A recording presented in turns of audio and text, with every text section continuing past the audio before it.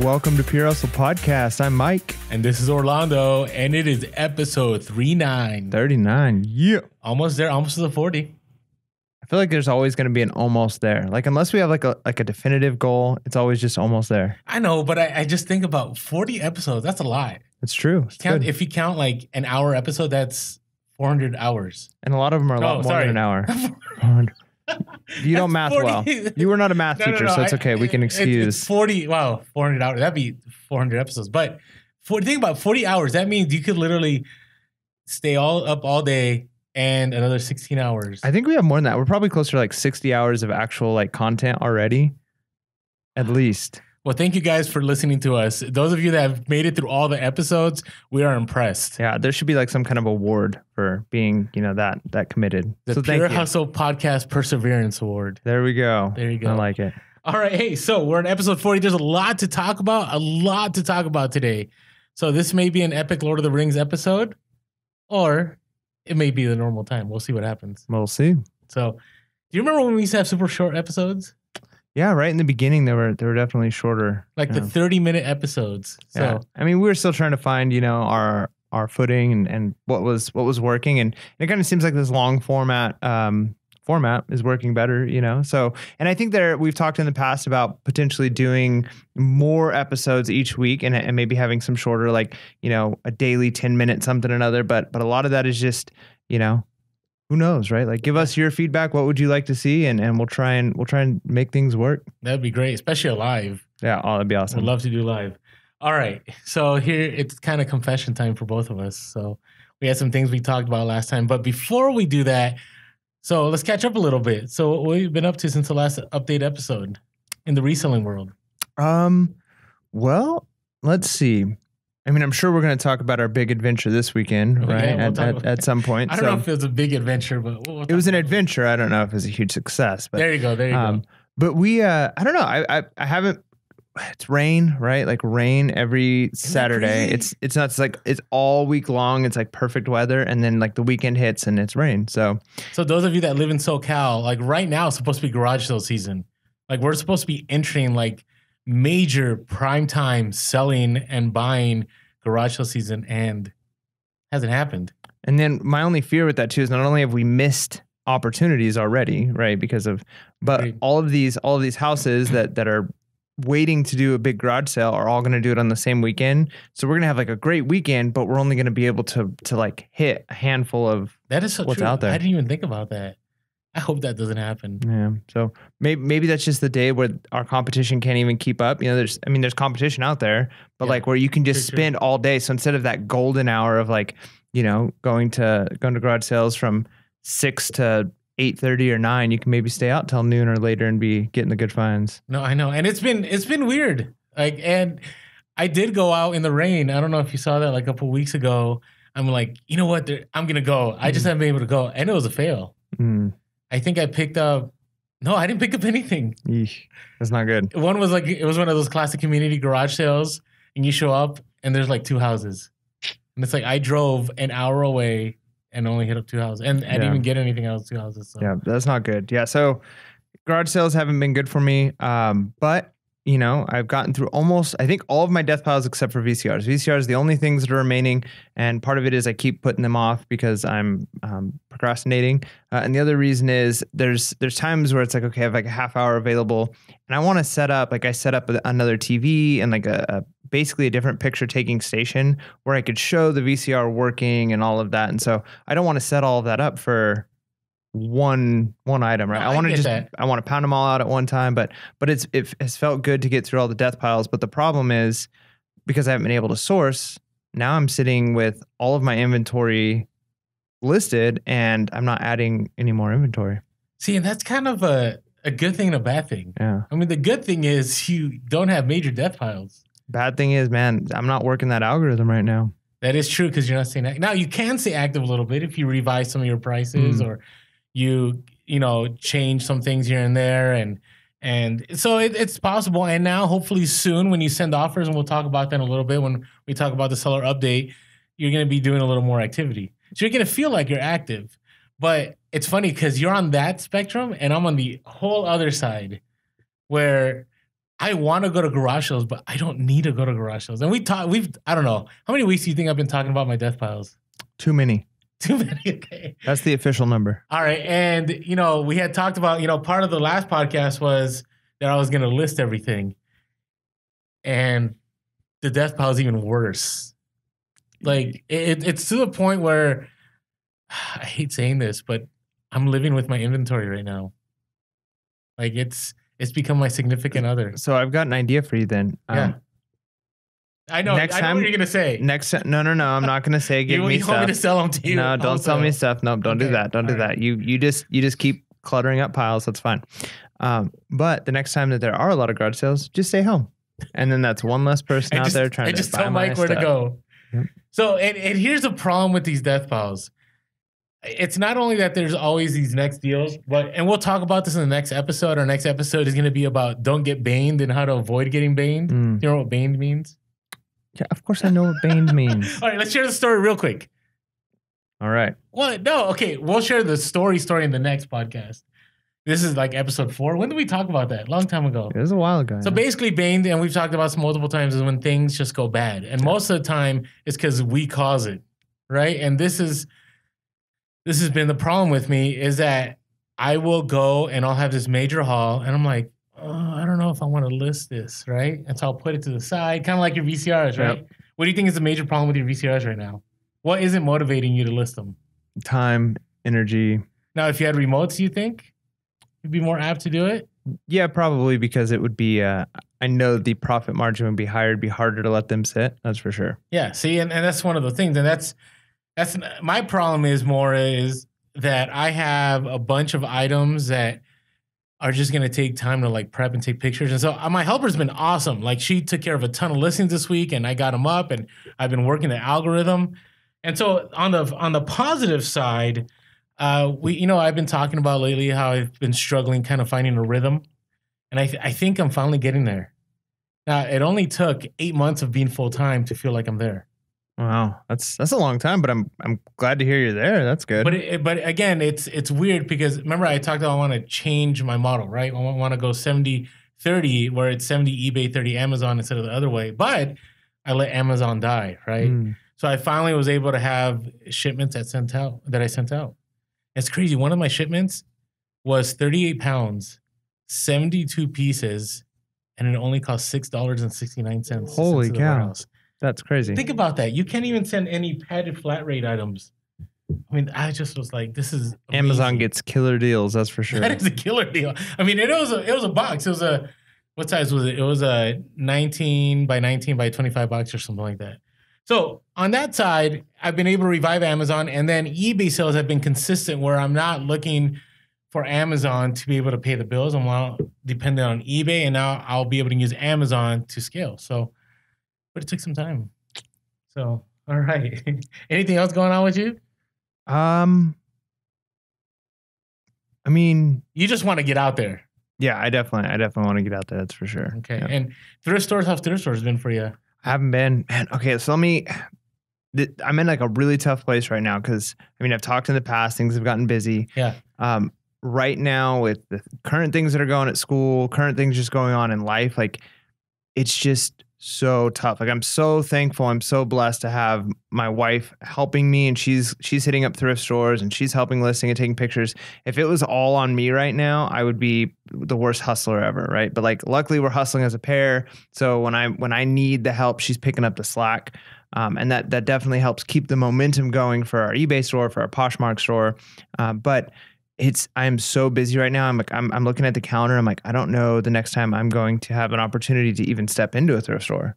Agreed. Like it's really, really tough right now. I know it's a season, and that's what I'm trying to remind myself. Like, okay, this is a season, and then the summer is going to come around for me, and I'm basically going to be a full-time reseller, right? So I have to be okay with I'm part-time, but being part-time, it goes in seasons for me. So there'll be times where I can just be killing it out there for months at a time or for weeks at a time. And then there might be a few weeks or months where I kind of am doing nothing. So one of the things I would tell you, Mike, though, is you got to be strategic in the sense that you got to go to just those thrift stores where you'll have a ton of items to source. Like, because, going from store to store to store and then like trying to cycle, helps if you have the time. If you don't have this time, you just got to go to that same one just over and over. And this is going to get weird. And I'm talking about this too next podcast. I think death piles are good. So let me explain that a little.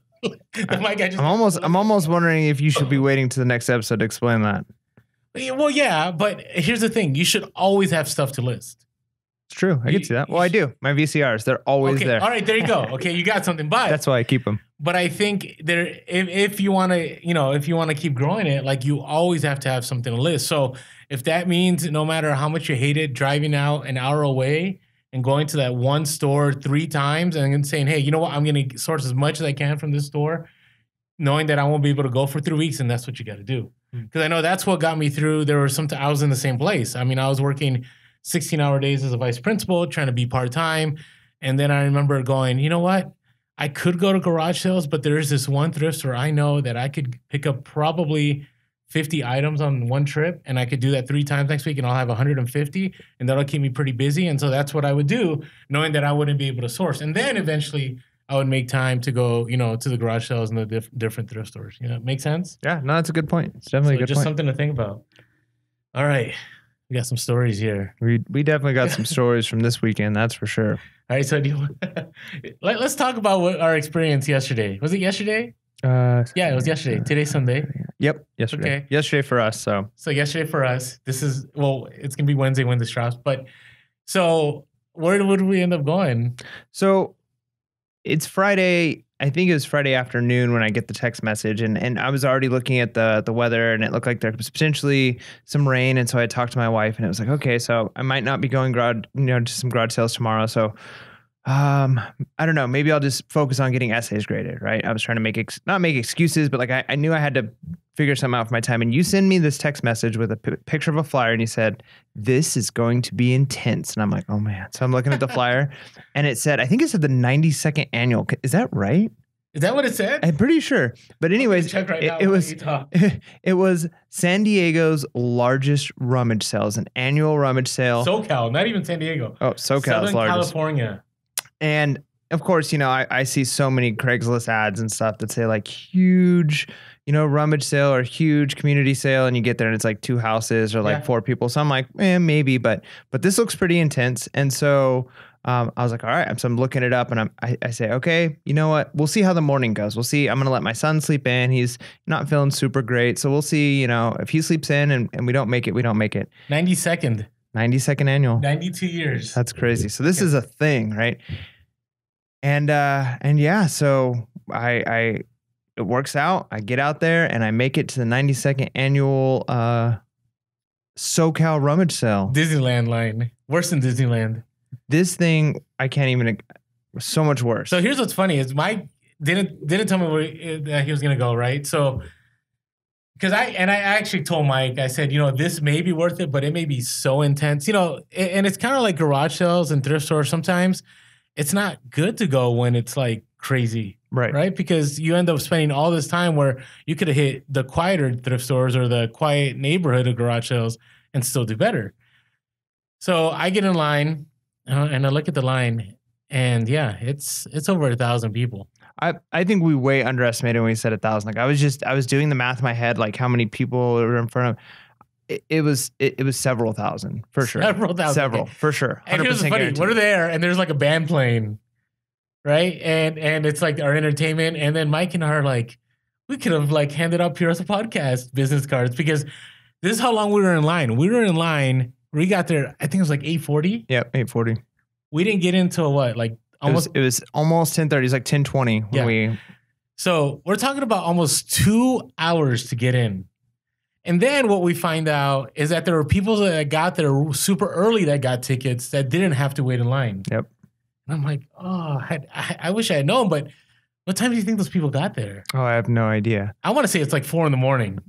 Well, here's the funny thing is you mentioned that like that you didn't know that I was going for sure. Because I'm really bad at not always responding to text messages. So I apologize. I wasn't even going to go there. I apologize, Orlando. It's not just you, it's everybody. So when people send me text messages, there is a 30% chance that I will respond to the text message within a week. Okay. I mean, I'm hoping it's 31 for Orlando. But. Yeah, it's really bad. So, but anyway, so I didn't respond to him that when he sent that to me.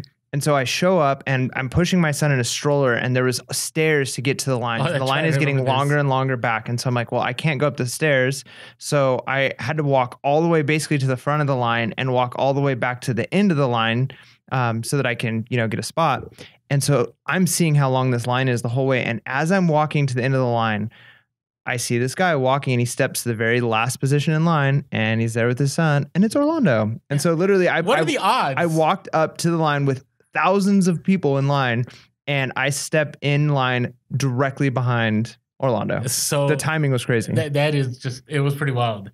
So we're there and, Mike and I joked, like next year we're going to record a live podcast while we're in line. Yes, right? We're recording. Right, it's a public space. We can put up the pop-up and we can just get the mics out and just start recording. It's going to be awesome. So, dude, next year, I don't know. We had high dreams. Anyways, so we wait and we get in there and it was maddening. Like when we got in there, like it was one of those things where like, where do we start? Yeah, it was nuts. It was, you couldn't, the problem wasn't just there were so many people in the building because they obviously had to only let so many people in at a time because of like, fire laws and stuff. So you get in and it's already so packed you can barely move around. You get to one section, you're like, well, I'm here looking at electronics, but the shoes are over there. And I get to the shoes and it's like, oh, well, the clothes are over here. And so you're like walking across this warehouse trying to get to different spots. And we had our kids, by the way. So I'm pushing a stroller and you've got your son with you. And not only are we trying to deal with that, but there's literally a line to get out and there's two lines to get out to like check out, and these lines are wrapped like around all of the different booths inside of the warehouse. Let's give some visuals as to space. So think of Costco warehouse. Would you say it's Costco warehouse size? Yeah,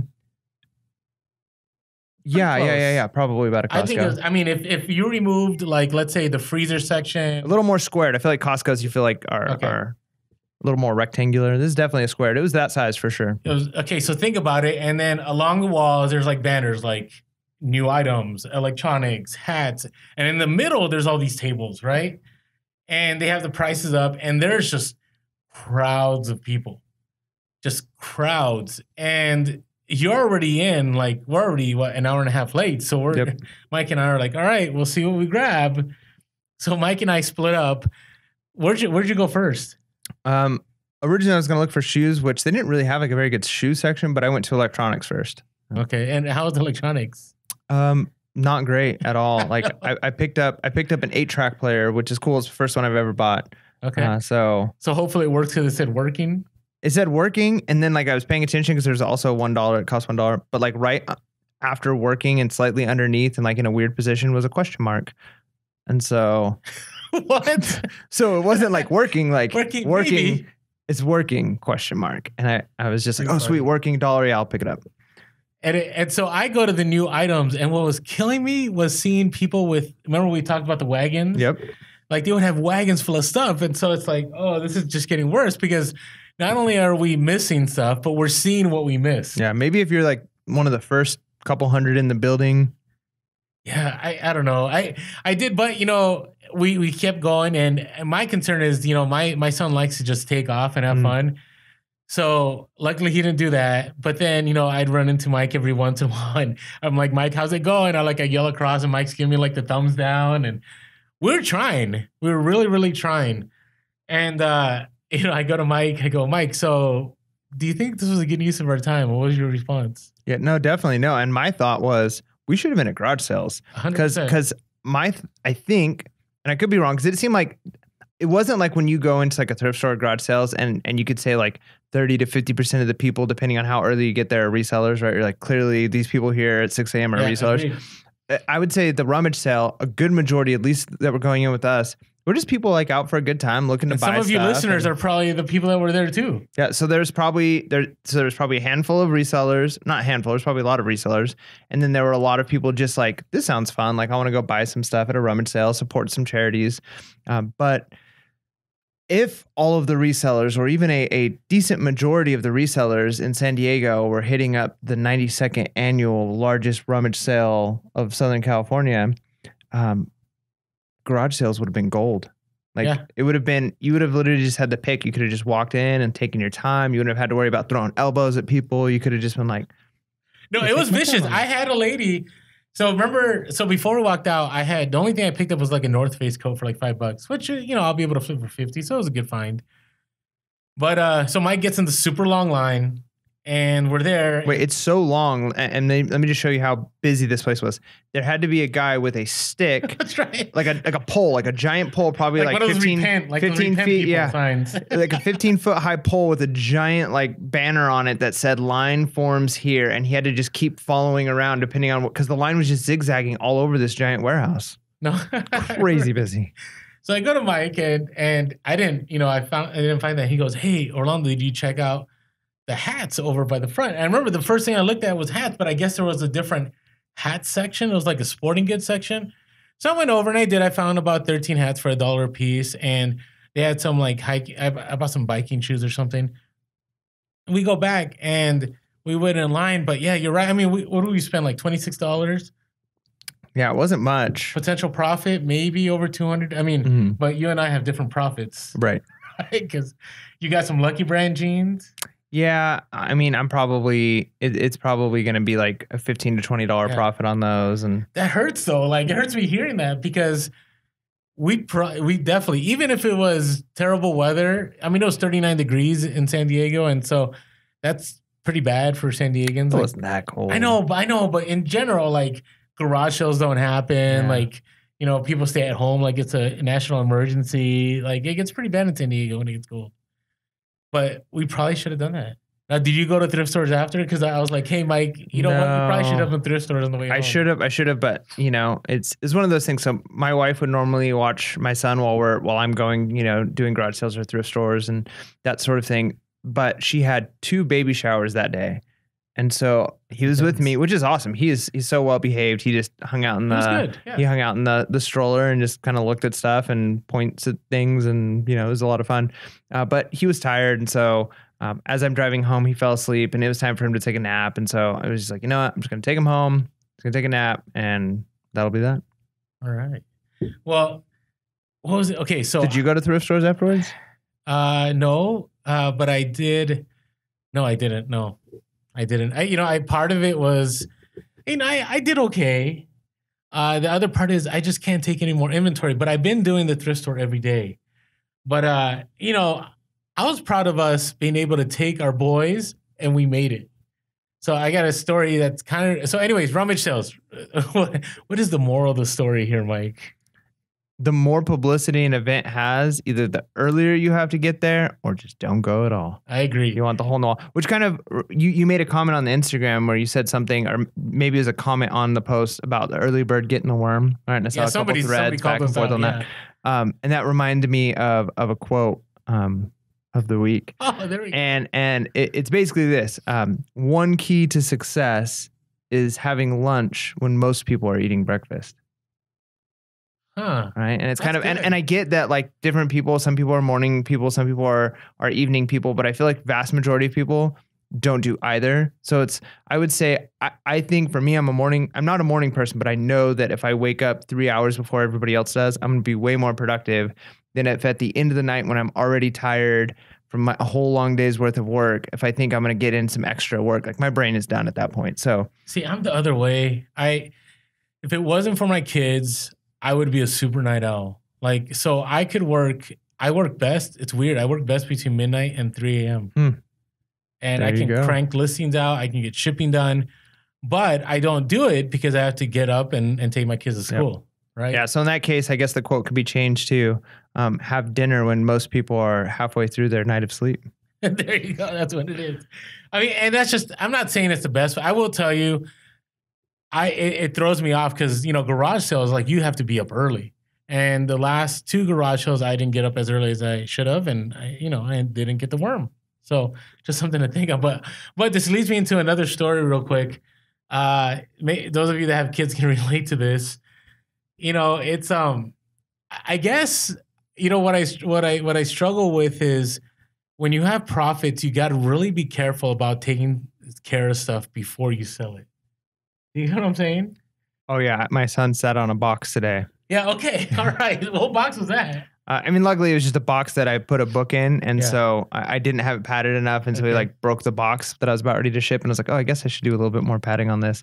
But it could have been like a toy box with like a toy in it, and he could have just smashed it. Well, that's what happened to me. So I go to Walmart, and I know some of you can relate with this. So there was an item that was clearance out. I think it was like $7. It was going for like almost 40 on Amazon. And I'm like, sweet, right? And I'm looking on my phone. Within a second, I see my son with it in his hands dart off around an end cap. And I'm like, with the item. And I'm like, this is not going to be good. So I go out there, I chase him. I'm like, hey, what are you doing? And he goes, what? I didn't do anything. And he gives it to me, and I go, and I'm about to check out. And I look at the box, and there was a tear.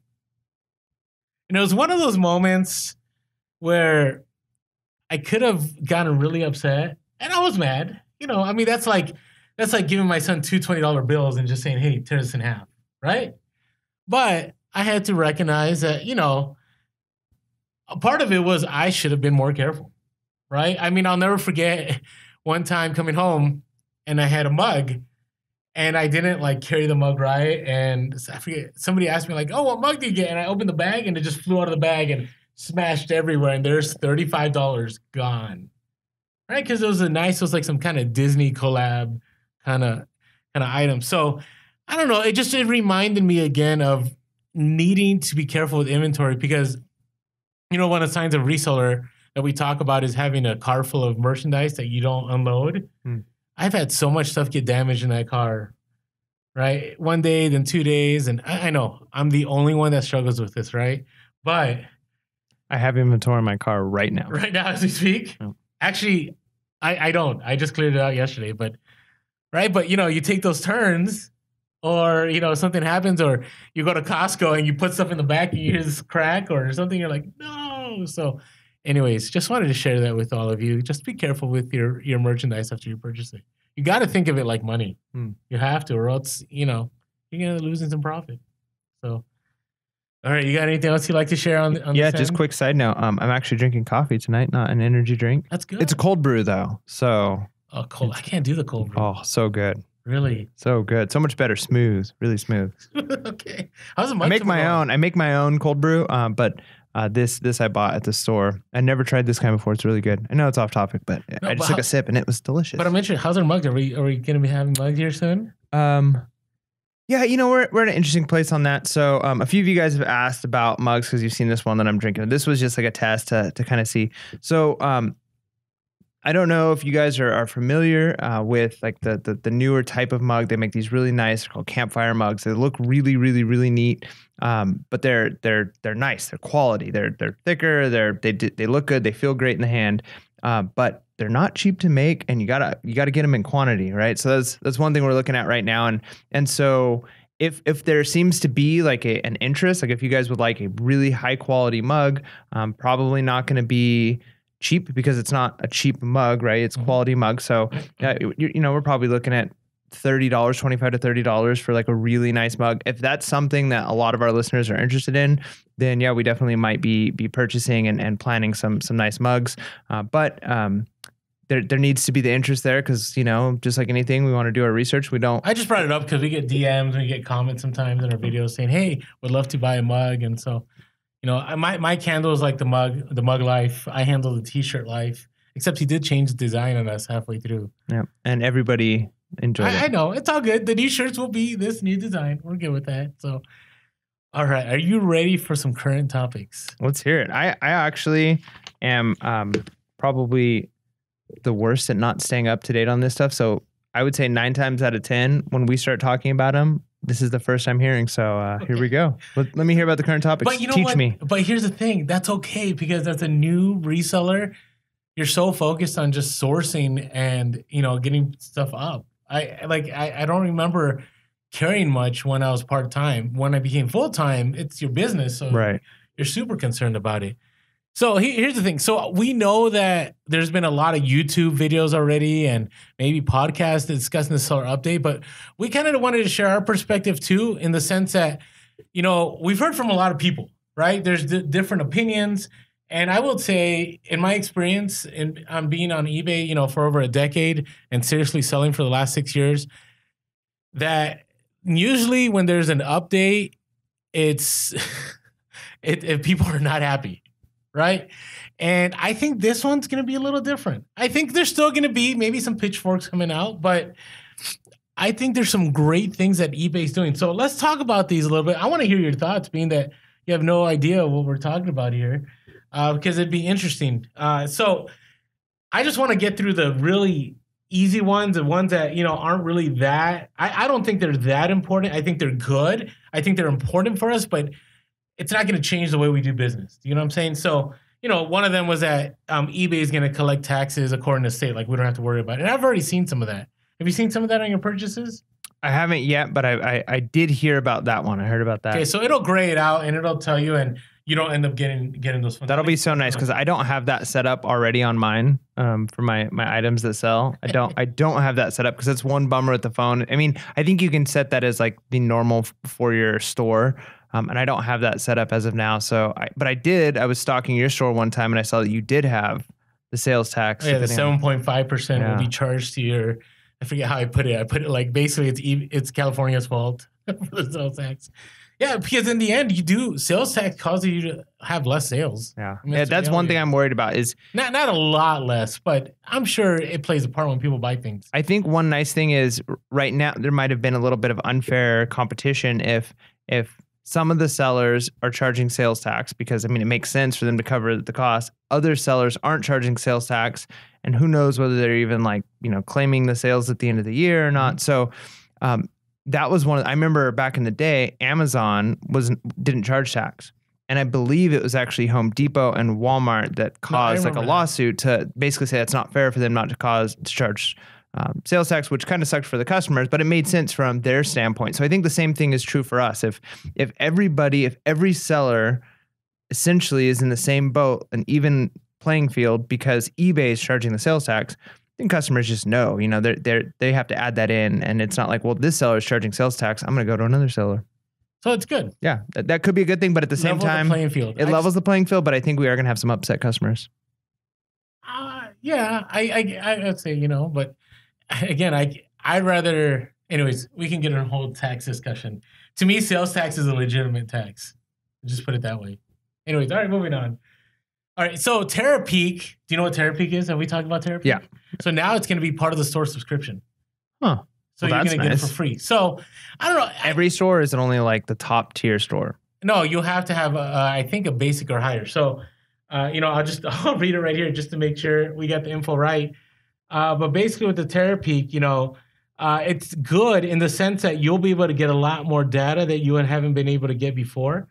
And, eBay did buy Terapeak a while back, so it makes sense that this is happening. But the one thing I will say that I'm kind of I'm interested in is, Terapeak gives you sales for up to a year back, right? And it lets you see things. And then WorthPoint is another service that eBay doesn't own and that you don't get. But WorthPoint, you can go back several years, right? So I will tell you, when I'm out in the field, I definitely use WorthPoint a lot more than I use Terapeak. You get what I'm saying? Just because for me, Terapeak is nice, but I think 90 days is a good measure. I mean, what are your thoughts on that? So Terapeak goes how far back? I believe it was 90 days. I could be maybe. Oh no, sorry. Terapeak goes back 365 days. Okay. Right now, so Terapeak will be for free for people that have a basic, premium, anchor. But is it a separate? I guess my question would be, when I'm looking up, the easiest way for me to research an item is just look at sold comps on the eBay site. Like when I look, as soon as I type in the item and I can see how many are listed, are they just going to just include like a longer database where you can see what's sold longer, or do you have to log into a separate program? I think you have to go to Terapeak. It just seems like I don't understand why they wouldn't just allow you to see comps for a longer period of time. So, and that's what I was trying to say is, here's what's weird. So I can go to Bonanza and I could look up sales I had on Bonanza from the day one, right? And now I can't access all my pictures, but the main picture is there, who I sold it to, how much I sold it, what my shipping, it's all there, right? But I can't look up, sold comps for like the last few years. But it's weird. Like if Bonanza has the ability to give me that info still, I don't know why I can't have it on eBay. Yeah, and it's weird too because I mean, I understand them not holding the pictures, but just text data like in the reports that they're already building out for you, like it doesn't take any space for them to hold. Like it can't be a server issue. Yeah, so I don't know. I'll take it as a positive. It's just one more tool. I mean, things you can look up is you can take a look at, what's the average price that something sells for, right? Which to me, it doesn't matter because I always list high. So I'm not looking for the average price. But if you're selling newer items, you want to take a look at the average price. You can take a look at when things are selling the most, like different times of the year. You can take a look at like average shipping costs to see if your shipping is way off comparison to others. So it's a positive. It's free where something you'd have to pay a subscription for. I just, you're right. If it was all synced and maybe it is. I mean, they didn't say too much about it, but it'd be awesome if you go to eBay and just get that data without having to get out of one app to go to another app. Yep. So I don't know. I'm sure there's huge logistical things that would get in the way of doing that. You think? Maybe, I don't know. I mean, I'm not an IT person, so I don't know what all is on their back end, but yeah, it does seem strange that they wouldn't just hold the data for a little bit longer. I'm trying to keep it positive, So another thing is automatic updates for new other condition. So this is nice. So what that means is now if things are open in box, new but open in box, there will be a drop down where you can change it to new open in box, which I love because I always hated having to put in the description later now it's just there and that's it. Right. And I think it'll cut down INADs, items not as described, because I get DMs from people all the time like, hey, Orlando, I sold this thing as new, but the buyer is saying that this wasn't new because it was open, but it was new when I shipped it. And I'm like, well, if it wasn't sealed, it's not new. Right. So, I mean, and you've sold stuff like that, right? Right. And that probably would have been helpful. Now, all right, here's the good thing. So now in Seller Hub, and again, Mike, I think what I love about Mike's perspective is that Mike comes from a different, like, I feel like I've been conditioned to love eBay a certain way. And you come real and raw and you're like, okay, big deal. So now in the Seller Hub, you can edit the price right on there. You can edit the quantity. And you could also edit your custom SKU label without having to click on the edit link and go to the listing. Does that make sense? Yeah, no, that's an incredible change for them. That's definitely a feature that is 100% needed and probably expected by most people. So I'm glad that they are doing that. I'm very positive. I'm trying not to laugh here. I'm very positive about the fact that they are now offering something so great. That is awesome. Yeah, this is why I laugh. It's because I don't know why. I've seen other influencers recently and talk about how this is so awesome that eBay's finally doing this, but I'm kind of in the same boat as you. I'm like, yay, like that should have been like day one. Yeah. No, I mean, that's the thing. It's like when patches come out, when updates come out, like you can be happy for them. I think it's great. It's one of those things that eBay We're never needs. going to be, you understand, we're hurting our chances ever to be like on an eBay platform. I don't think so. Because remember, we have like 60 hours of content, and I highly doubt anybody's really going to go through all 60 hours to check if we've ever said anything negative about eBay. We're just being real and raw. That's who we are.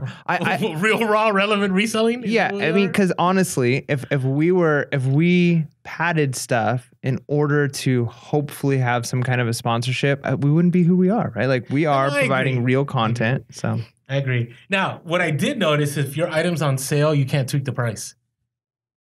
So right now I'm looking at my items and I can't tweak any of my sale items. I could I could change the quantity, I could change my custom SKU, but I can't change the price. So, and it makes sense. I guess if something's on sale, now you can change it if you go to edit and then it ends the sale on that item, but you can't do it right from that screen.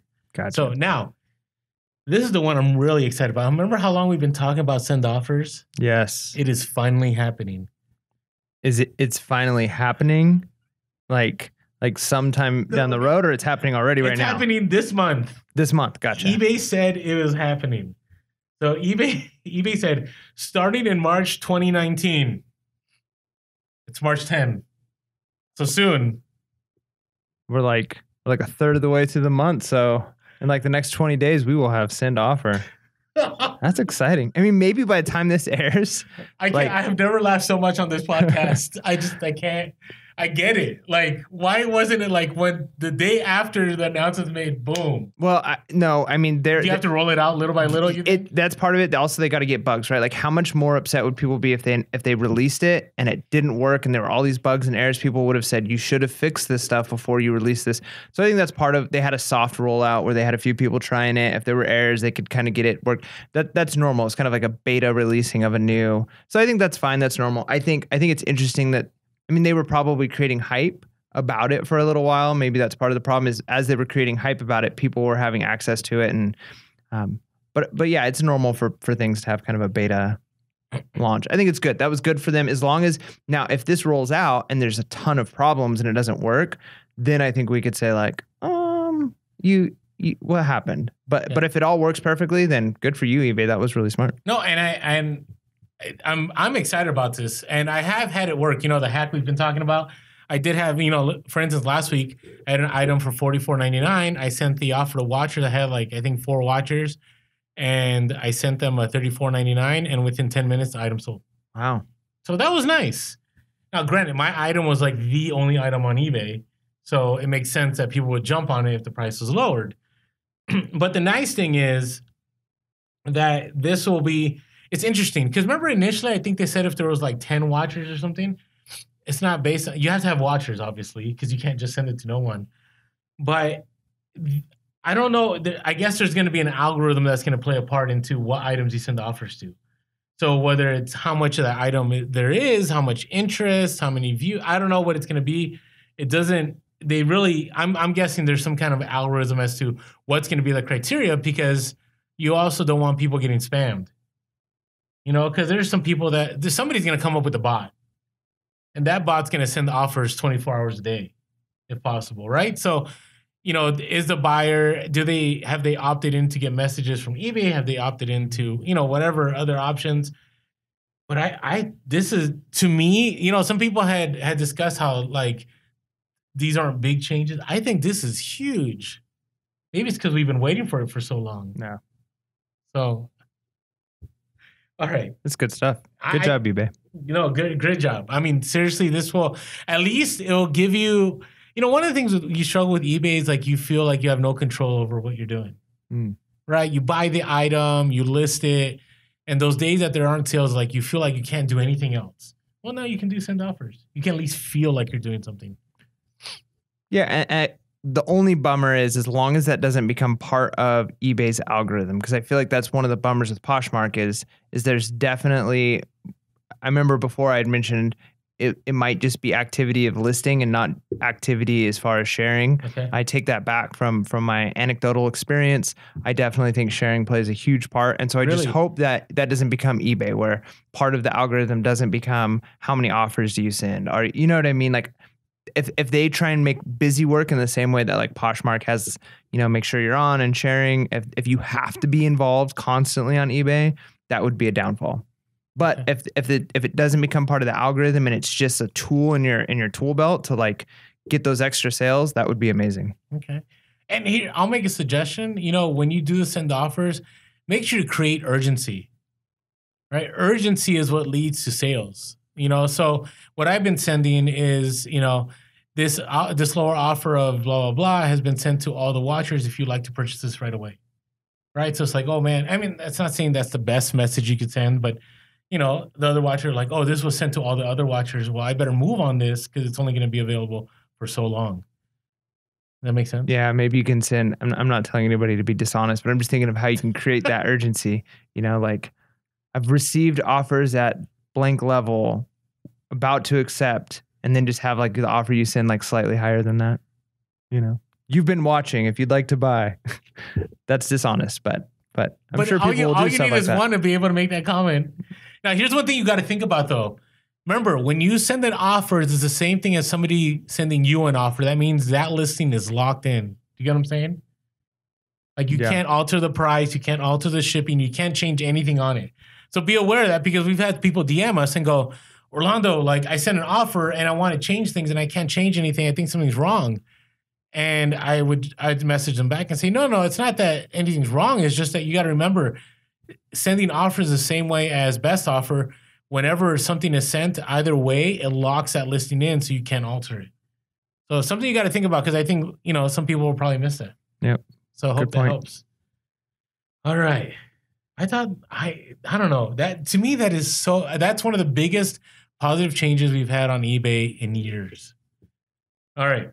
Now here's the other one. This is the one where, I don't know. I'm still up in the air about that. So all listings that are non-auction, so all fixed price, whether they have best offer or they don't, are going to good till canceled. Now, do you do good till canceled? I think so. Like, does that just mean it just keeps re-listing? Like, you never have to do anything. It just is there permanently. Yeah. Oh, you've always done it? Yeah. Okay. All right. I think that's how mine is just naturally set, because I never have to like relist my items. I just list it for 30 days, good till canceled. Okay. So I don't. I do 30 days. What's the reason for that? So, and again, we always talk about, we're all playing this kind of, I don't know, educated guess about the algorithm, right? So 30 days, creates kind of an urgency, right? If it's at the end of 30 days, when people go, newest listing or whatever, if they look for something, right? So they're looking for, let's say, a Giants jacket, right? And you put, I want to take a look at ending soonest, right? Well, if you have your 30 days, right, it's going to take you to the ones that are about to end, right? So now that's going to be gone. So I'm looking right now. I just typed in Giants jacket, and there's some listings that are going to end in 4 minutes and 13 minutes and so on. So do you lose watchers when you do that, though? Like, if it doesn't sell, well, yeah, and then you relist, you will have lost like your watchers. Gotcha. So good till cancel, we'll keep it. So eBay's argument, which I think is good, they're saying there's a few things you'll gain out of it. First, you'll get improved search engine optimization, because it doesn't go away, right? And so sometimes, I don't know if you've been on the internet, you've looked for something and you click on the link on eBay and the link is dead. Yep. Like the item's not there, right? Mm-hmm. So if your item isn't sold, your item will still be there because it didn't go away and get relisted. The other reason I did 30 days was I felt that when I renewed them, I kept them fresh. Not saying that's what happened. Other people argued that if you should do so similar to all those items, and then it'll give you a new item number and it'll keep it fresh. Are you tracking with me here? I'm not 100% sure I am. Okay. So, and those of you that are listening, if I'm saying something wrong, comment below, let us know. Am I not getting something right here? But my understanding of the good till canceled is that if items are listed more than 90 days, it goes stale, which pushes your listings lower in the search. Okay, I could see that. Right? And so now that everything's going good till canceled, people like me that have items that sold, 4 years after I listed them, my stuff may get dragged in even more. And so now, and I've even started doing this now. Now I gotta be faster dime. Right? But you could just manually go in every so often into listing and then relist, right? You could end it. So so that's a great point. So there's a couple businesses out there that have already set up programs for this. So I know Ink Frog right now, they have this thing called the Good Till Canceled Watchdog. So basically they're helping you, as soon as things are gonna die or things aren't doing so well, you can set up some rules based on whatever criteria, and it'll pause and it'll help you pull down those listings so you can list them again.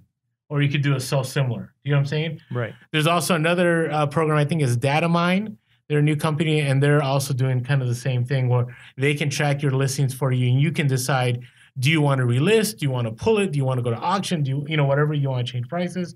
It'll tell you if things have been there too long and so on. So I didn't get into all the basics, but that's the thing. But I don't know. I know for myself, I'm going to have to change the way I do things. And it's kind of like you have to be flexible. And so for me, I've already things that I got lower offers on that were around for a long time. I'm like, I'm just going to sell it now. So I don't know. I feel like it's going a little more Amazon. Do you know what I mean? Yeah, no, for sure. So I just don't, we always talk about this. Like, I have no problem storing things, right? I mean, not hoarder status, but storing things. So, all right. So a couple of things they said. You don't lose the watchers, right? The listings keep the interested buyers. We as sellers don't have to do anything. It'll automatically keep it listed. And, it retains the sale history for items. So I think, I don't know. I'm up in the air. I don't know. Does it not matter to you? You're like, business as usual? I've always been good till canceled. So to me, it's not going to make a difference, but I didn't, I guess, recognize or realize all of the potential faults in good till canceled. So it gives me something to think about. Yeah. I mean, the bottom line, here's what I've heard other people say. At least now, we talked about this before, the playing field is level for everybody. This is everyone, right? There's no way to work around it. Like there are some hacks like using InkFrog or DataMine or so on, but ultimately, like we're all going to have to buy things that sell, which is how business has to run. Yeah, that sounds like a good business model. Buy things that sell. What was that? Cheers. Cheers. Yeah, if you're listening to the podcast, Mike just threw his mug up for little cheers. All right. Hey, so that's the eBay seller update. I mean, there's a few things I didn't talk about, but those are the main things. I'm excited because I really think eBay is being innovative in the sense that, what we've talked about before is that eBay has really, like, again, we talked about those web pages and we're like, why are these web pages still like in the 1990s? But this is definitely, I think it's going to give Poshmark some competition. I think you're wrong in saying they're innovating. I think they're updating. Okay. I think they're catching up. I think they're starting to move towards the now. I don't think they're moving to the future. I think they're moving to now, which is good. That's a good step. Okay. I love how real Mike is. I appreciate your perspective. That's good. Innovating means something very different. No, I 100% agree. Hey, you know what? I'm just trying to keep it positive. That's all. But that's good. I mean, honestly, realistically, I think eBay might have a good model in that sense of they're doing the tried and true and they're not testing out new stuff. They're letting other companies innovate. And then as they see things succeed, they're adapting and they're pulling in those successful elements. There's nothing wrong with that. Yeah. So I guess in some ways you don't have to innovate if you're letting your competition innovate for you, and then you let them fail where they fail, and whatever succeeds, take some of that model and implement it in your own business. Agreed. I can't wait till the conversations 2 months from now about, how Send Offer is working for us. I'm anticipating it's going to be a good thing. Yeah.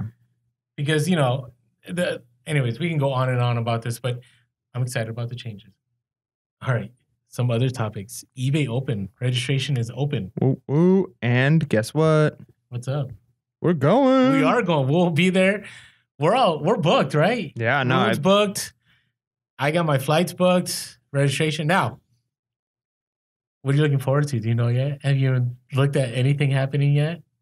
Honestly, I've got no idea. Yeah, I've got no idea. I'm sure there's going to be some cool panels. I'm really looking forward to just meeting other people and getting a chance to like network and hopefully, meet some listeners, meet some other people who are selling, meet some people at eBay that can, we could talk to. That'd be great. Even more than that, I'm looking forward to a night out or two with my wife on the town. We're both going up there, so nice. Probably go watch a show and get to dinner or something, but it'll be good. No, it's going to be a lot of fun. And I want to say something real quick, though. I did see like a lot of negativity about it, that it's $100 more than before and that, like things weren't great last year. And again, we speak out of ignorance. We've never gone to these. But again, this is it's not something we all have to go to, right? And, it's only going to be, I think, a great event if we choose, we already have that mindset coming in. Right, because ultimately, we might go to some workshops and go you've been to teacher conferences, right? Aren't most of them lame? Yeah, 99% of them are 100% terrible. Yeah, they're terrible, right? Yeah. But what are the best parts? God, this last convention you went to, what was the best part of the convention you went to? The best part, hanging out with people. Exactly. Yeah. That's what I was saying. It's hey, the best part will be getting to meet you guys, being able to meet other resellers, those of you that we've been able to DM, but we haven't been able to meet in real life, and being able to network. And if there's a great keynote and if there's great workshops, that's just icing in the cake. Yeah, and you know what? Like one of the things I'm looking forward to, I don't know about looking forward to because I don't know exactly what the different things are going to be, but I'm bringing my camera. I'm bringing some audio stuff. So if there are things you guys would like to see while we're in eBay Open, I mean, obviously there's probably some things we can't record, but if there's information you want us to get, ways you want us to share, we're probably going to be doing quite a few Instagram Live or Facebook Live stuff. We actually would love to do some interviews of other resellers. I mean, I think it'd be a great time. Yeah, it's going to be awesome. So anyways, hey, so if you haven't registered and you have the ability to do it and it's something you want to go to, do it. And remember, early bird pricing ends in April. And so it's going to go up, I think, like another $150. So I would definitely register soon. And there's a special rate for those going to eBay Open, and you never know about plane flights and car rentals. So I would say the sooner the better. Yep. So, anyways, I'm excited because it's finally we're both going too. Yep, that's gonna be sweet. So, all right, hey, I want to talk about 2 more things. So, have you heard about these apps that are going to be able to cross post for you? No, but that sounds awesome. Yeah. So if they work, So they're still in beta mode. So they're not, and I've just come across 2. Maybe there's more. It seems that cross posting to me seems like it's the thing right now. Like, are you catching kind of that vibe a little bit? Or are you just like, you should be doing that anyways, Rolando? Yeah, I don't know if it's necessarily trendy. I think it's just smart marketing. As long as you're doing it right, and you're not like, if you're gonna be lazy and not take things off when you should take things off, or I mean, obviously mistakes can happen, but I think it makes sense to take on as much as you can possibly take on. Okay. And part of that is using multiple platforms. Yeah, and so I'm excited. I'm kind of hesitant a little bit like you. I'd like to see how this plays out. So there's 2 companies. There's one, Sellhound, and the other one I came across was Vendoo. Mm. And it sounds like Vindaloo, which is incredible Himalayan dish. So some chicken vindaloo. Never had it. Must be good. All right. Good. I'm taking you. There's a Himalayan place not too far from here. It is the best food. I know which one you're talking about. So good. All right. So now they haven't been the beta version for Sellhound only does eBay right now. So how can it possibly be? We are going to cross post on one platform. Okay, it's getting there. So they're kind of like, have you ever heard of eBay Valet? So eBay Valet is a program where you can drop things off at FedEx and ship it to eBay, and then they will take pictures and post it and list it for you. Okay, all right. Stick with me. Let me explain. So right now, Sellhound, right? What they do is you just take the pictures, they'll create an optimized listing, provide a suggested sale price, and post your item, and it's supposed to put it on multiple marketplaces, right? Which I think is great. And hopefully it's like InkFrog. Like an InkFrog, when my helper listings, nothing's finalized until I go to it and I put launch. Yeah, because I mean, if you don't have 100% control over some of the description and stuff, that could be a nightmare. Yeah, I agree. But I'm excited about it because now the eBay version's out, so it'll do that for eBay items. But it's supposed to, in time, be able to do it over multiple platforms, right? Over Poshmark, over Etsy, and so on, and then. I think there's going to be like suggestions as to like what is the best price for what platform and so on. So I'm excited about that opportunity. I wonder what it's going to cost. I wonder what they're going to get out of it. Because one of the things that I always, when people say, okay, it's going to create optimized listings. Well, if this becomes the new norm and most people have to use it, then it really isn't optimized. It's just the same as everybody else, right? So I'm interested, like if you're one of the first ones on it, which maybe it's good that we're talking about it now, because if it does work and it can create optimized listings, you're a step ahead of the competition, at least until everybody's using it. Agreed. Hey, and if you're on Sellhound and you're listening, or you know somebody, if you ever want to chat with us, or we could have you on the show, you could sponsor us sometime. We're here for you. Shameless plug. But I don't know. I was excited, and Vendoo, they're kind of trying to do the same thing. They're not even in the beta version yet. So I just went onto Vendoo, and I just put my email, kind of like Sellhound. Sellhound's been around for a while. They just now released that, but I think those are game changers. I really do, because cross posting is something I would love to do. I just I don't know. I just don't want to spend that extra time. How's cross posting been going for you? We pretty much right now are just putting stuff on Poshmark and eBay. So whenever we do But you're close, it ends up cross-posting on both, both. right? Yeah, yep. Okay. And it's been okay? Yeah. I mean, we've had a couple of times where there was like potential scare, like, wait, did we take this off? I think this already sold. Oh no, we had one like it that already sold, that type of a thing. But it's been going good. I mean, there's been some things that we post that we're like, this is definitely going to sell on eBay, and it sells on Poshmark. And there's been a few things that we've posted on Poshmark, like this is definitely Poshmark clientele here, and it sells on eBay. So, if we hadn't cross-posted, who knows how long those items would have sat. That's true. And I think about that. I mean, again, I'm in a place with eBay where I'm doing well in sales with eBay and the fact that I'm getting what I need to.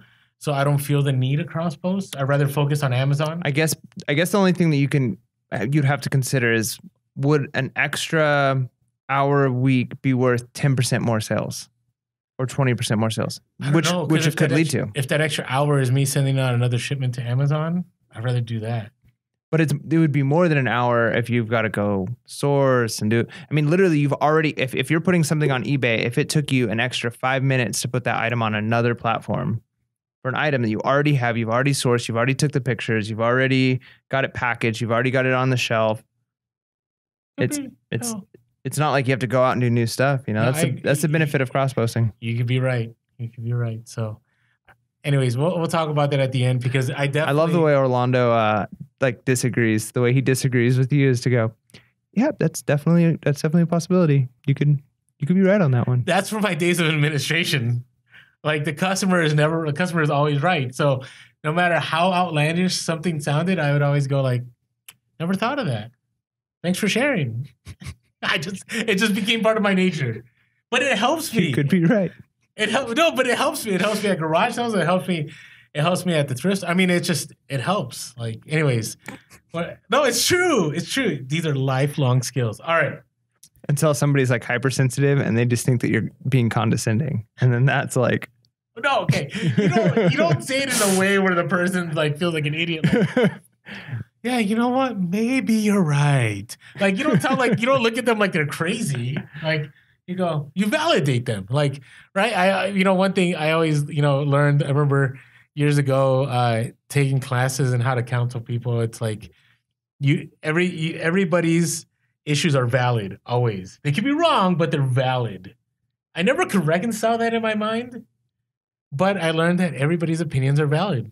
They might be wrong, but they're valid. This imaginary issue you have is very real to you, and I appreciate that. But isn't that the culture we're in? All right, anyways, we're getting out of hand here. All right. Hey, this is a great opportunity for a quick break just to let you know, hey, if you haven't subscribed to us yet on YouTube, make sure to do so. Hit that subscribe button. We're at almost 1,100 subscribers. And then hit the like on this video. Hit the like. We would love it if we could hit 2K. I would say end of March, sometime in April. That would be awesome. If you haven't had a chance yet to subscribe to one of our podcasts, please do so. We're on iTunes, Spotify, Anchor. Okay, and there's a bunch of other ones that people use, but do so, share it, and also if you haven't had a chance to write a review, somebody just wrote an awesome review about how they found our show relatable and how they enjoyed it, and that goes a long way for people to listen to our podcast and be able to sharing the knowledge with us. That's right. So hey, if you haven't had a chance, we would love to have a review. We're still like at 4.5 stars, so it's just that's good. Some people just didn't like us. It's all right. It hurts a little bit. Does it? It does. You might be right. All right. So also, if you haven't had a chance, hey, follow us on Instagram. We are Pure Soul Podcast. On Twitter, we are Pure Soul Cast. Facebook, Pure Soul Podcast.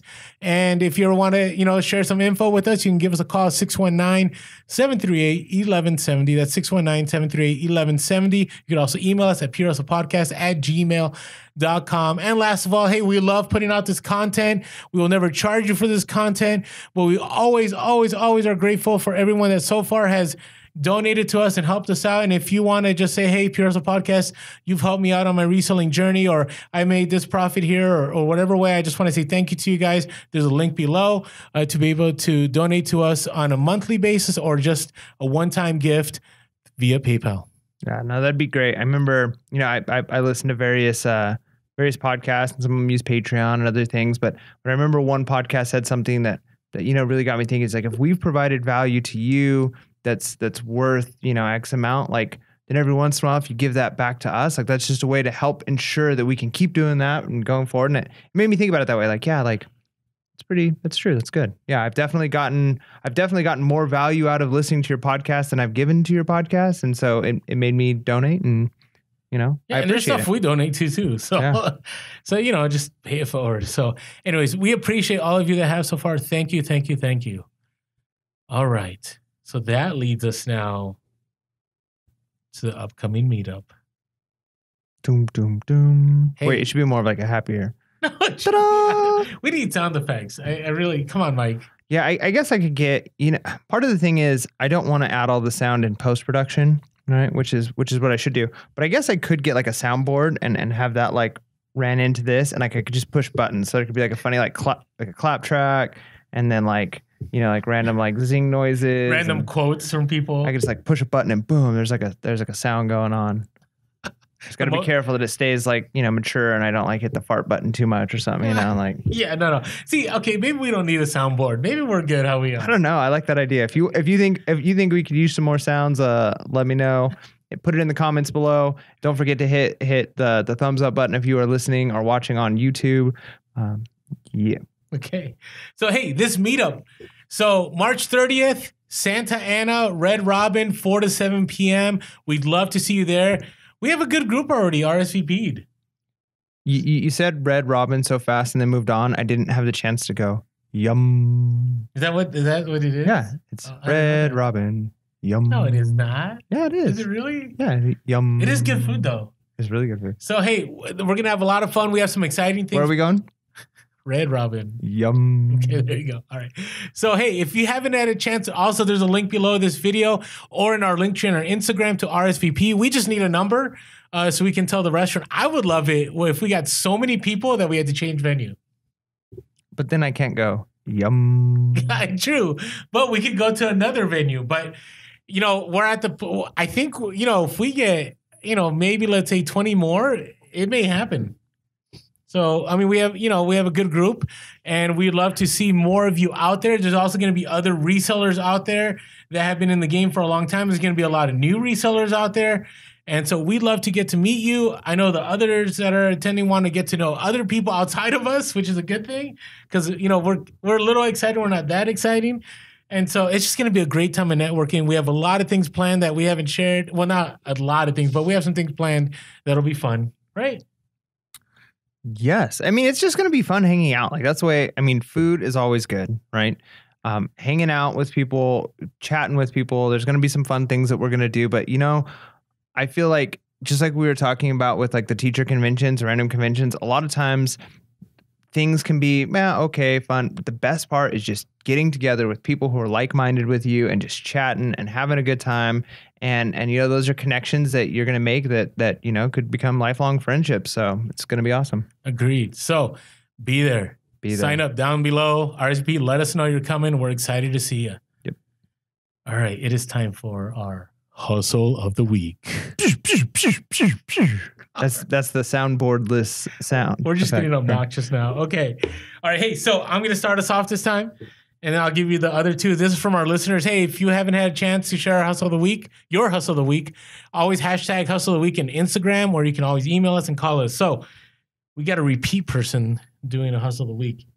Oh, that's a pure hustler. You've got multiple hustles. Well, the reason I want to share this because it's a unique story. So if you haven't had a chance, you need to be following the College Picker on Instagram. All right, Eric, the College Picker. He has so much knowledge. He does pedagogy science. If you have no idea what I'm talking about, go check him on Instagram.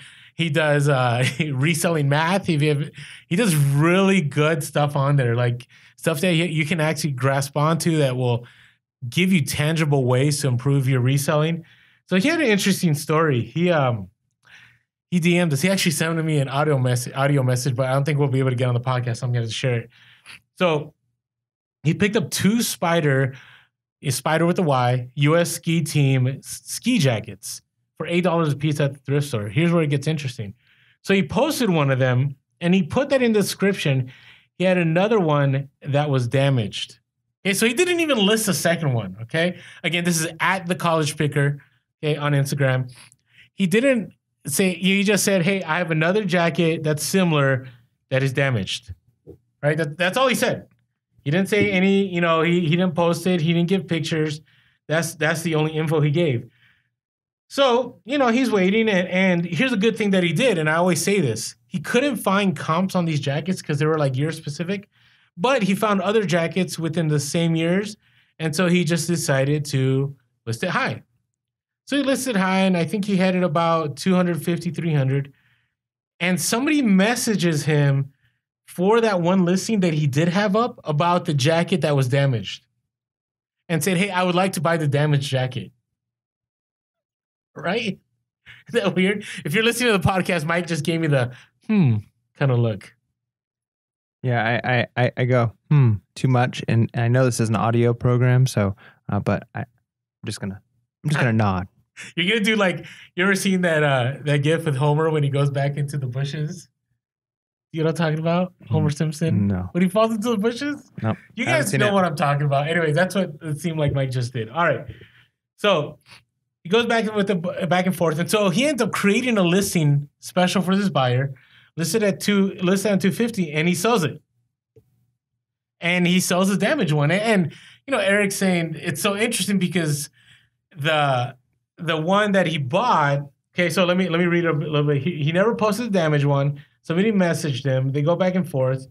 And here's the deal with the jackets is that, one of them was more like a fashion. You got some of those fashion ones, and then you have, like those kind of like legit ones that like they have all the special gear and so on.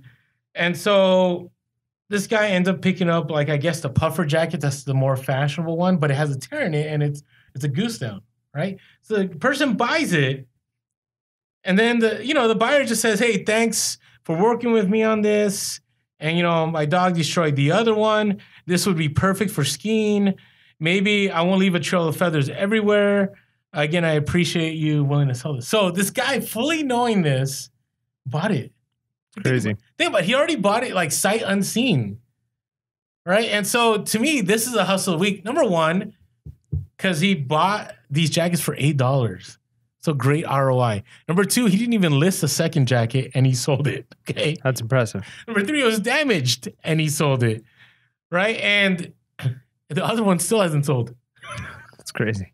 So, and there's other things, but again, you just never know in reselling. And I always say list high, and Eric's been a reseller for a while, and I've learned a lot from him in my early days. He had YouTube videos that I learned from. So anyways, great hustle of the week, Eric. Appreciate you sharing that with us. Appreciate your support. And if you haven't had a chance, he also has a YouTube channel. Make sure to subscribe and like The College Picker. I like it. So check him out. All right, what's another listener one you have? All right, so this next one comes from Jacob. The Instagram handle is at JCHodge89. That's at JCHODGE 89. So he went to an estate sale and was drawn to a mini Snap-on Dale Earnhardt themed tool chest, which is super cool. I'm not a huge sports fan, which, it's fine. I mean, some people are, some people aren't. I've tried to get into various sports. I'm like an all or nothing kind of person, but I do like NASCAR. And Dale Earnhardt was, I grew up with my dad watching Dale Earnhardt. And so that would be amazing to see something like this. So he sees this Dale Earnhardt. It's a Snap-on, which is incredible tool brand, obviously, tool chest. So he goes up, he asks how much it's being sold for. They wanted $65 for it. So he decides to pay for it, which, if you're at a garage sale or an estate sale, paying that much for an item, like, that's paying up. So he pays up for it. He lists it for $300 and it sells for $250. Plus he charged $30 shipping, which was enough to actually cover the cost of the shipping. So, not bad at all. That's a great return on investment. That's great money. And a cool item, right? Like, I think that would be one I'd have a hard time parting with. But, really? Yeah, good That's one of those. I never. Yeah. I thought like magic cards or something would be something new. They are. I mean, that's got to be super rare and old. Like, obviously Dale Earnhardt stuff was everywhere for a long time, but they're probably not making it anymore. So this is a unique item. So that's I agree. Cool. And again, Snap-on is like the premier tool, right? Yeah. And so, that's great because that caught his eye, and then the fact that it was a dealer collab, right? Like if you could ever see collab stuff like that, it's always a good way. So great job, Jacob. Instagram handle JCHodge89. And then I got another one and here. And the shipping. Yeah, I mean covering the shipping cost, not bad at all. Because that's the other thing too, something heavy like that. Because this thing has got to be huge. It says here 28 pounds, right? So that's not light, but he was able to ship it for the right price. So good for you. That's awesome. I wonder if he was using pirate ship. No, it was FedEx on that one. Oh, okay. So, there we go. Anyways, pirate ship. It's been so good. Yeah, I still use UPS more than I use the USPS, but if I use USPS, I'd probably use pirate ship a little more. Okay. All right. Can't believe it took us so long to find that. Right? I know. It's been around for. I'm telling you, it's been now. I will say there are some things that are still cheaper shipping through eBay. Yeah. So I did get some first class items. Sometimes they're cheaper, but man, pirate ship is so easy. All right. Next hustle of the week. So the next one is Brian, Instagram handle Bry_H93. So BRY_H93. This guy's awesome. He garage sells like all the time. I appreciate it. Anyways, Brian. It's good stuff. So glad we're able to announce your hustle of the week. Sorry, didn't mean to interrupt. Here we go. So he woke up early, which supposedly is not the usual for him, but if you're a garage seller, I'm sure you got to do it every once in a while. So he gets up early for a 7 a.m. garage sale. That's only a few minutes away from his house. There's not very many of them going on. So he decides to go to the electronics when he gets to the garage sale. And it's always hard to figure out where you go first, right? Especially, but he goes to the electronics and he asks the guy how much for all the electronics. Have you ever done that before? Yeah. Like how much just for all of this? Yeah. If I see like a couple items that I'm going to make my money back on automatically, I'll offer everything without seeing the rest of it. Huh. You've done that. Kind of like the BOLOs story you gave like 2 podcasts ago. Yeah, but that was one item. It was just one. Yeah, but I've done it where, so for instance, one time, I'll just give an easy one. Like there was like 3 or 4 Harley shirts. And I knew there was like another 40 of them. And I knew if I just sold, this was when Harley shirts were really doing well on eBay. If I just sold like 3 of them, I'd make like, $120 or something. And so I asked like how much for all of them. And they're like, I don't know, I'll do 100. So I didn't, now I did have some that had like holes and flaws, but I mean, you got to move on something. Yeah. And especially with that one, he's at an estate sale, right?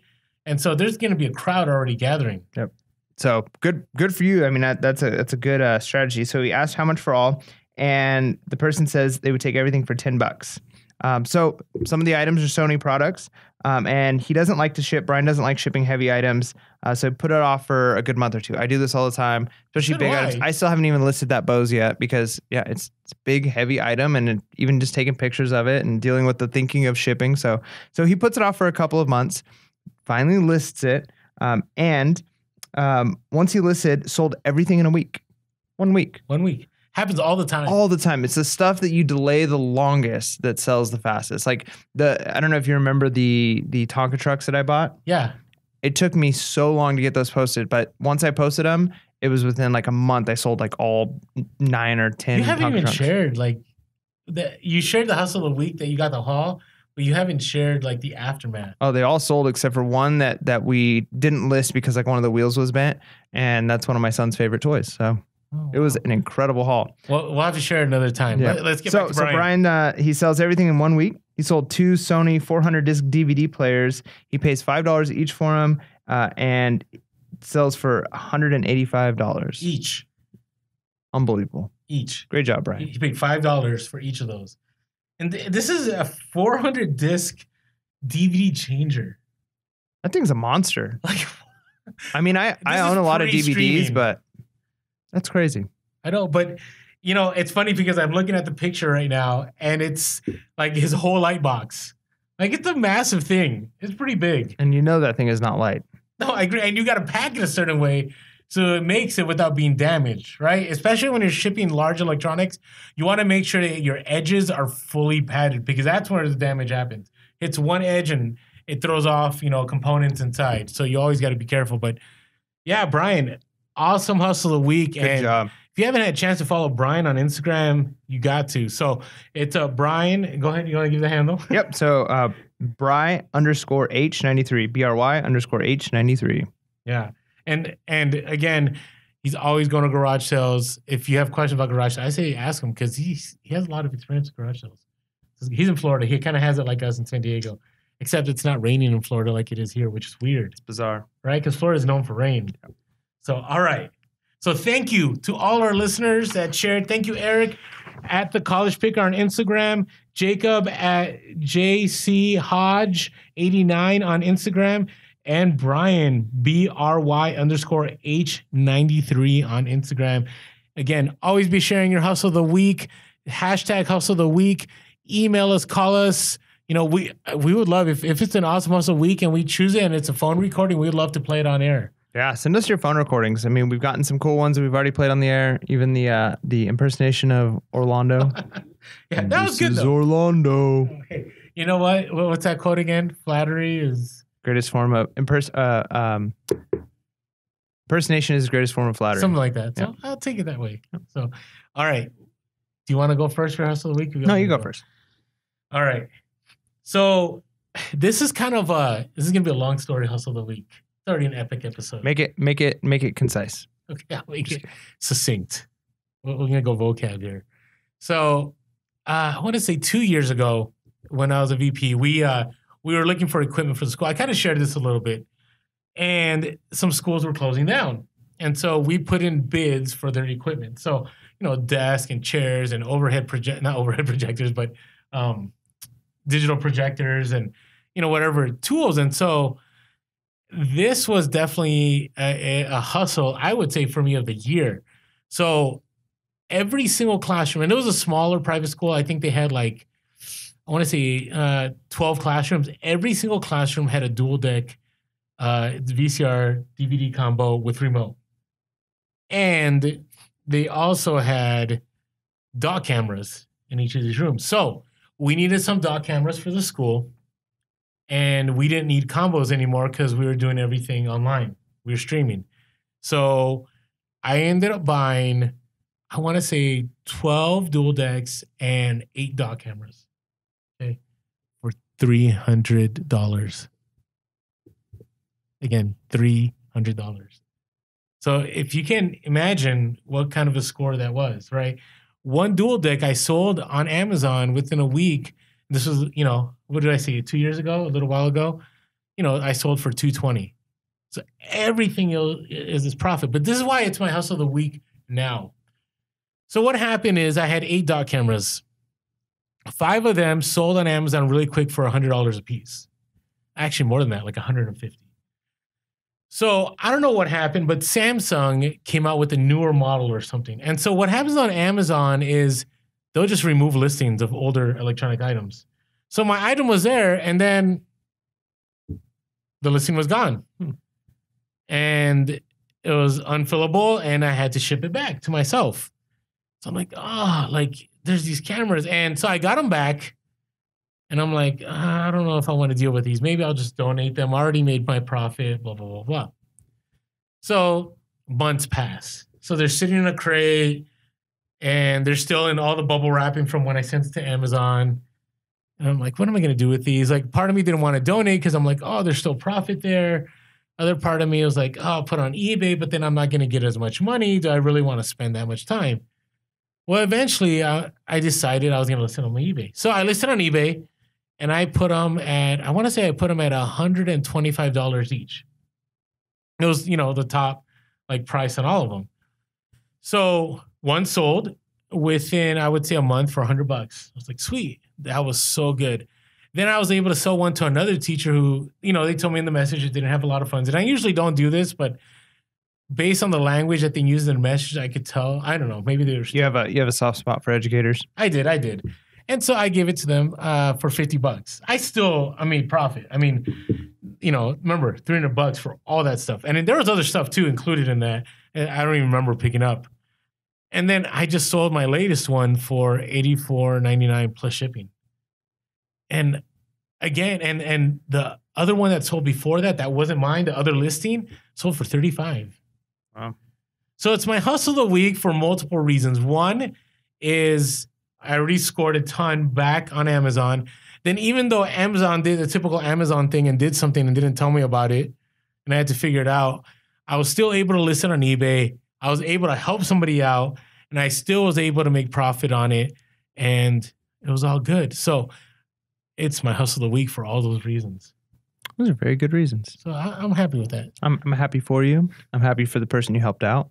I'm happy for this podcast and for our listeners. I'm sorry. I just had like a moment of just like extreme gratitude, and I just wanted to express it. It's awesome. Think about this. The fact that we talk and people listen, I'm just astounded. So thank you all of you that subscribe and listen to us and DM us and comment.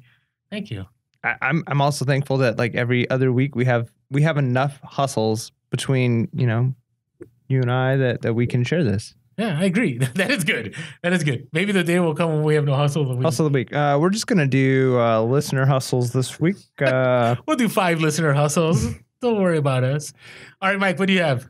All right. So mine is definitely not as long or cool of a story as that, unfortunately. It's just, if you remember, I went to thrift store, made a thrift store ride-along video a little while back. If you haven't seen that ride-along video on YouTube yet, go check it out. It was really cool. It was a reopening of a thrift store.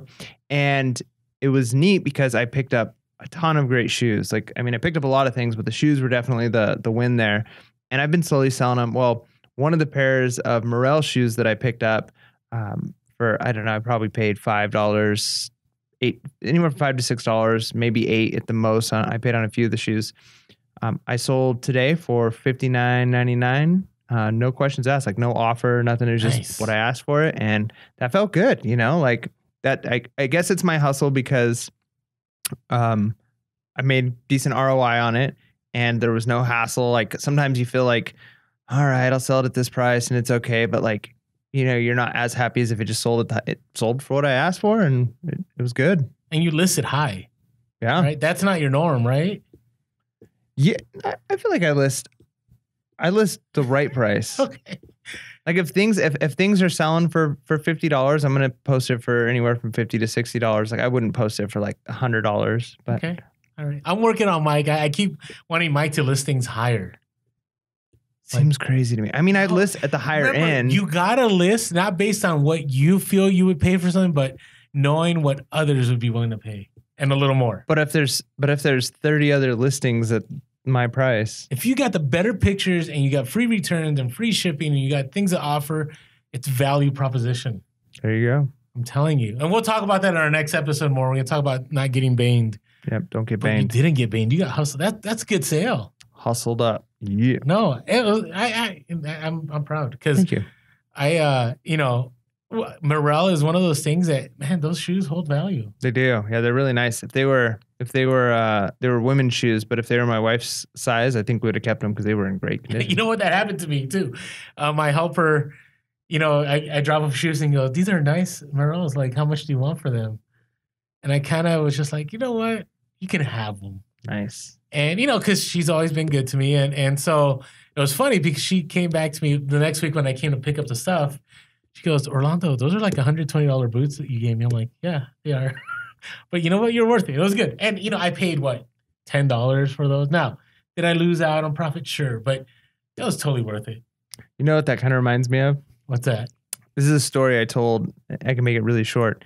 The longer version will eventually come out. But the story I told about the boots on the interview we did with another reseller that hasn't posted it yet, right? Oh, yeah. Okay. Thrift Therapy. Thrift Therapy Pod, yeah. So Thrift Therapy Pod, we did an interview with her.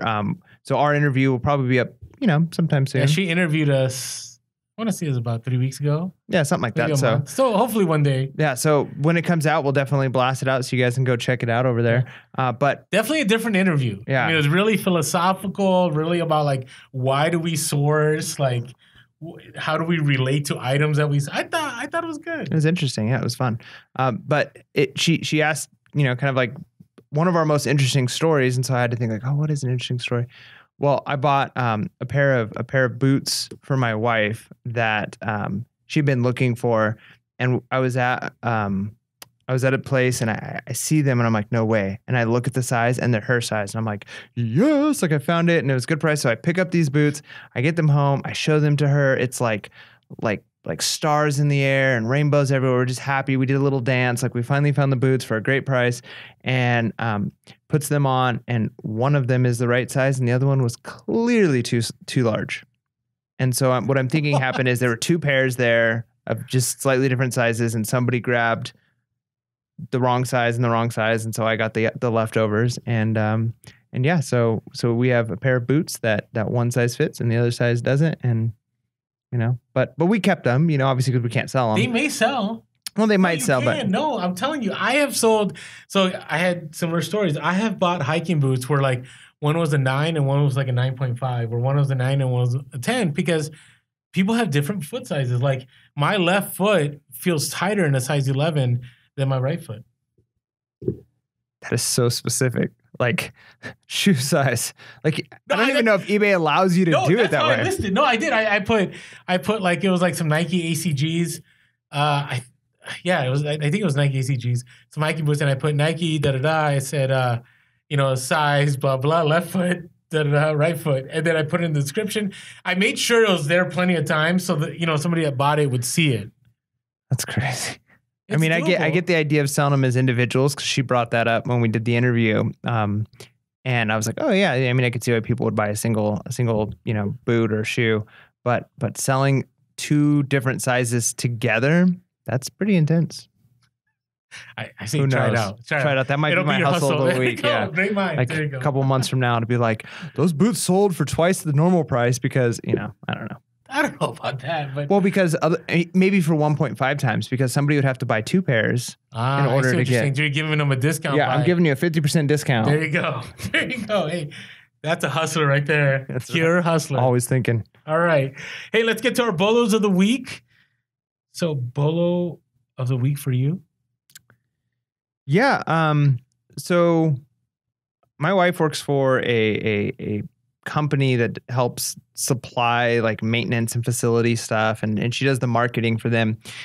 But occasionally they have products that they sell or send out. Like we're talking like mass. Like it's not like they sell out of a store, but like they sell to hotels and places like that. So sometimes items get discontinued and they have some leftovers that were like used as like display models. And so she was able to pick up some items that were discontinued. Their company was just going to get rid of them. And we were like, maybe they'll sell, maybe they won't, right? Like, but it doesn't hurt. We're picking them up for free. And we've already sold almost all of them. And it was pretty cool because there's items like exit signs, paper towel, like faucets, like a random type of faucet, certain lighting units that are like very specific to like a model of light. And what we realized is, if you own a building that has exit signs and one of your exit signs goes out, you probably want to buy the exact same exit sign to replace it with, so that way all of the exit signs in your building are uniform. They all look the same. They have the same, or same thing with different lightings or different fixtures inside of buildings. And so what we were thinking about with that is, how many times like you're at a thrift store, you're at a garage sale, and you see fixtures or you see things and you're like, probably not money in this. But if it's a discontinued item, it's worth picking up, because if somebody's faucet goes out and they own a hotel or a building, they're going to want to replace it with the same thing that they're all like, right? So obviously do your research. Don't just buy random fixtures. But if it's in good condition and it's something that's, from a commercial like building, might be worth picking up. So I would say commercial fixtures that are, if you can find out that they're discontinued, that's even better. But so yeah, that would be my BOLO. Am I being recorded right now? I thought I'd put us on the IG Live just to let people know a new episode. Anyways, all right. So we'll turn this off right now. Hey, so no, I agree with you. Here's the thing. I had same scenario. Like my friend who works construction management had told me, that there was a building that there were items that were left over. They didn't. They're trying to figure out what to do with it. They had places to go, but they, just to contact certain people. So they contacted me and I showed up, and yeah, I picked up a ton of office equipment where people bought it not because, it was anything special. It's just they wanted to replace the same item. Yep. So that is definitely a bonus. Yeah, commercial. Look for commercial fixtures. Obviously do your research, but when something is discontinued, value goes up because they can't get it from the manufacturer anymore. Okay. Nice. All right. What about you? What's your BOLO? So I don't know what the deal is lately, but Southwest like items, like they're going up in price. So let me give you an example. Like the airplane company, the flight. No. You got eBay open in your mind. No, I'm talking about like I see what Southwest you're saying. pattern. Yeah. Gotcha. So now we've always, I mean, most resellers that have been around for a while know that those kind of items, do bring in good money. But it seems like, so for instance, Pearl Snap shirts. So for a while, the market was pretty good. Like you could sell a Pearl Snap for $40 to $50, even ones that weren't like super brand name, right? But then the market like dipped and you could maybe get 10 to 20, right? Well, that market's creeping back up again. And so for me, this is more of a general one, but I'll tighten it up a little bit to cowboy boots. I have not been able to hold a cowboy boot. Let's just throw it out there for more than a month. I only have one pair right now that I haven't been able to sell, and it's because it's missing insoles. But every single pair of boots I have listed within, I don't know, last 6 months has sold, and for good money. Are these like specific types of? No. I'm going to get this. So material is everything when it comes to boots. So if you have like the ostrich kind, so they have like little bumps on them. Like you just go to eBay, just type in, go Tony Lama ostrich boots and see what comes up. Okay. Or snakeskin or lizard skin. Like those boots I have sold over and over again for money. And my most recent sale was a pair of vintage Tony Lama boots. And it was so vintage that the date was actually written there. They were made in 1967. And I sold them for like $110. And I want to say I paid $20 for those.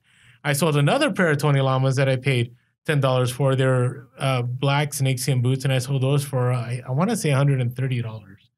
So keep an eye for boots. I used to not like boots because with boots, it's very particular. Like you pick them up and you have to put material inside so they stay straight up. And then some people want the calf measurement. Some people want different measurements. And so you can look all those up. You can Google, how to measure cowboy boots. But I got to tell you, it's been fire lately. So be on the lookout, especially if you live in those areas that sell, in San Diego, we don't get a lot of cowboy boots. But in certain parts you do, right? In certain parts of the county. And so I've been in those parts of the county, picked them up and listed them and made some good money. So that's my bolo. That's good stuff. All right. So got a lot going on in this episode, right? Hey, real quick, if you haven't had a chance, again, make sure to follow us on YouTube, Pure Hustle Podcast, and on Instagram, Pure Hustle Podcast. And we need to talk about what are we looking forward to? What are you looking forward to, Mike? Ooh, mine's pretty intense. You want me to go first or do you want to go first? Ooh, should we end on an intense note? I don't know about intense. Okay. All right. Mine's intense too, though. Okay. Well, then I'll go first then. No. Because yours is probably more intense. That's how I go. So I'm going to go first. Okay. All right. My goal, this is what I'm looking forward to. I don't even know if I want to say this. Okay. I'm still going to do thrift store every day. So I'm still going to go to at least one thrift store every day. But the rule is I can't go anymore until where I live is cleared out of inventory. So you're saying you're only going to go once a day? Once a day. To one store? To one store. And if there's nothing there, there's nothing there. And I'm not going to do any kind of sourcing, whether it's eBay, because I have death piles of FBA. Oof. I have like NCC4 controllers. I have PlayStation stuff. I have joysticks. I have all kinds of stuff. So I'm looking forward to, I can't say not doing any sourcing, but I'm only going to source. I'm not even going to do retail arbitrage until every single item, not the one now, what's in my unit, like there's not much, so it doesn't matter. But until every single item is off the ground, I am not going to go sourcing. It's impressive. You said it. You got to hold me to it though. Now, so my goal is, next week I have a road trip planned to LA. I'm going to connect with Sell Quick Ship Quick again and do some thrift store runs. So my goal is that by the time I leave, and maybe Hugo and Tiffany can verify this by me showing a video of my place before I leave, that all my items are listed or shipped off to FBA. And I think the punishment is if you don't do that, no more Diet Mountain Dew. Oh, so if you end up going to LA and you don't have everything, if you don't have everything listed, no more Diet Mountain Dew until everything is listed. See, even mentioning Diet Mountain Dew, you're like, no, you're like reaching out for it and pulling it to your lips, and yeah. It's so obnoxious, Mike, how much stuff I have. I can't even tell you. I mean, I have stuff from the Disney outlets. I got stuff from Ross. I have stuff from Goodwill. I have stuff from the Salvation Army. I have on and on and on and on. It's overwhelming, man. It's crazy. Got to get it out of there. I got to make that money. I'll list it. It ain't making money just sitting there. That is true. They're money piles. All right. So yours is intense. So let's hear your intense. All right. I don't know. This might be a little early for me to bring this up, but I'm gonna do it anyway. So I've mentioned in the past, in previous episodes, here and there for different things, that I've thought about like what it would look like downsizing where we're at. I mean, it sounds weird to say downsizing because we always complain about the amount of space that we have here in San Diego, but to rent a small little tiny piece of property in San Diego is unbelievably expensive. And so my wife and I have been thinking, like, what would it take? Her parents own decent sized piece of land out off the grid. Like, you know, they've got their own well, they've got, you know, so it's way out. And when I first moved to San Diego, we lived there on their property in a fifth wheel. And we've kind of just tossed around like that was such a cool time because we were able to save up money while I was finishing up my teaching credential. And like, what if we did that again? Like, what if we got a fifth wheel, really downsized everything that we had, and then built a couple of really good sized storage units for all of our eBay stuff and just focused more on having more money to put into capital for inventory, and just really do that. I think that we're getting pretty serious about going that direction. Way more intense than anything I could have said. Yeah. So I know that this is like, what am I looking forward to in the week? But we're in the process at this point of like taking steps, moving that direction. And I think what's cool about that is, you know, we've talked in the past that I don't do this full time. My wife doesn't do this full time. But we've talked about like, okay, like if we were to ever go full time, like what would it take? What would it look like? And I think that this is a part of it. Like we would have to be willing to change our lifestyle for a little while in order to have the space, have the capital to really build and to make eBay and to make reselling more than just like a hobby part of our life, which it's still a lifestyle, but to like, what would it look like going 100%? And so it's something we're definitely thinking about, and we're starting to take steps towards that direction. And if we do it, it's going to be a huge adventure, right? Like we're going to be probably selling more than half of our stuff, which is going to be interesting. Like now as resellers, like, okay, like selling my own stuff. So doing that, and then we'll probably document the whole process of what it looks like to build the storage units on the land and changing our inventory system and moving, because that's one thing I've thought is we've already got hundreds and hundreds. We've got racks and tubs and all these things of inventory. What does it look like to move all that stuff, right? So this is intense. So we'll document the whole thing. I knew some of this, but I didn't think you were going to bring it out already. Yeah, I know. This is early. I mean, and that's the thing too is it's early, but I think it's part of who we are, right? Like it's the lifestyle that we've chosen. We've talked about multiple times, like reselling is a lifestyle. And I'm not saying that like that's a move everybody needs to make, but for our current situation, like we are kind of locked in with like how far we can go forward. So it's like, if we do this is going to allow us to move leaps and bounds forward. Yeah. And then from there, then you get to reevaluate and say like, okay, now what does it look like? Does it look like buying a house somewhere else? You know what I mean? So, yeah, it's intense, but I think it's the move that's necessary in order to take reselling further. Wow, that is exciting. Yeah, it's intense. Yeah, that's I don't know if it's hustle of the week, but it's definitely like thinking big. I got to think big, man. So good stuff. All right. Well, hey, with all that being said, hey, I hope you enjoyed the podcast. Make sure you're being real, be relevant, and be reselling. Peace.